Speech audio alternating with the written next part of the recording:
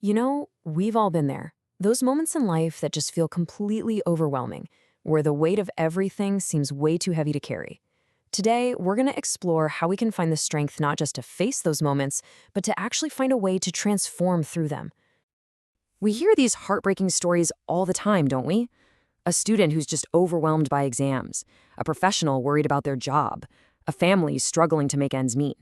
And it all leads to this incredibly tough question. Why? Why do some people feel like ending their life is the only option? What's really at the root of all this despair? So, to figure out a path forward, we first have to really look this tragic reality right in the face. Let's start by trying to understand the problem at its core. Okay, so right at the heart of this is a really powerful idea, a big shift in how we look at things. The source material we're looking at suggests a fundamental truth. Every single challenge we face isn't meant to break us. It's actually an opportunity for transformation, a chance to find the strength we didn't even know we had. So, what is really driving this deep feeling of hopelessness? To get that, we need to unpack the very real pressures people are up against every single day. A lot of the time, the pressure starts from the outside. And man, does it feel real. It could be a software engineer worried about layoffs, someone who is losing sleep over the monthly payments for their new home, or a student who is just paralyzed by the fear of their exam results. These aren't just little worries. They are heavy, heavy burdens. But here's the kicker. According to our source, those external pressures, they aren't even the biggest factor. The true driver, the thing that really pushes people over the edge, is often this one single paralyzing question.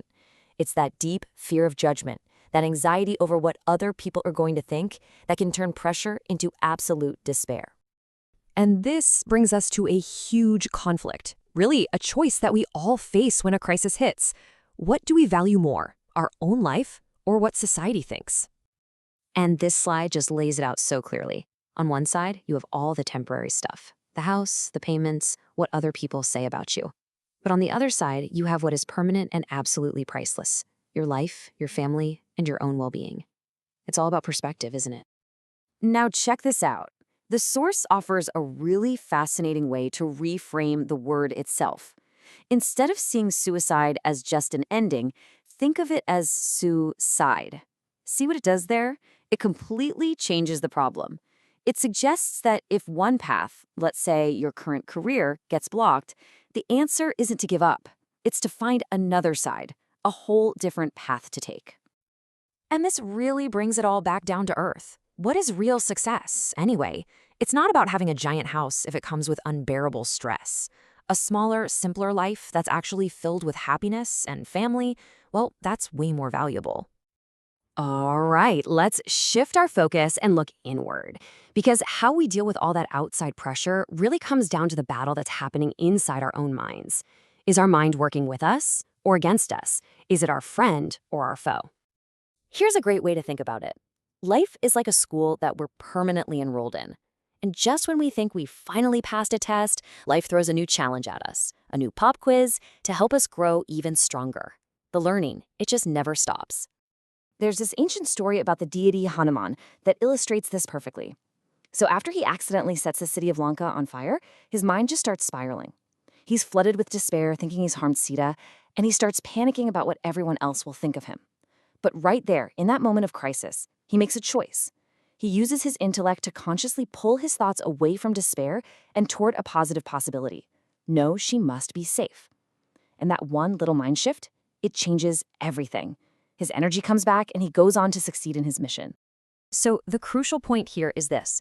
That story shows us that our mind can drag us down into a spiral of negativity, becoming our absolute worst enemy. Or, if we choose to feed it positive, powerful thoughts, it can become our strongest ally. The choice is always ours to make. Okay, so knowing we can control our mindset is one thing. But what do you actually do when a real crisis hits? Let's look at some real practical steps for facing these challenges head-on. Look, there are always alternatives. If you're struggling with payments, you can talk to the bank, open up to your family. That's what they're there for, to be your support system. And you know what? If it really comes down to it, selling something, even a house, is a valid option. Why? Because no object, absolutely no object, is more valuable than a human life, period. And that really brings us to the most important takeaway of all. This is a reminder that you are so much stronger than you think you are. You already have the inner strength and the confidence to handle whatever life decides to throw at you. So, we've seen how the mind can be our biggest enemy or our most powerful friend. At the end of the day, the path forward starts with a single conscious choice. So, the question I want to leave you with is this: how will you make your mind your friend?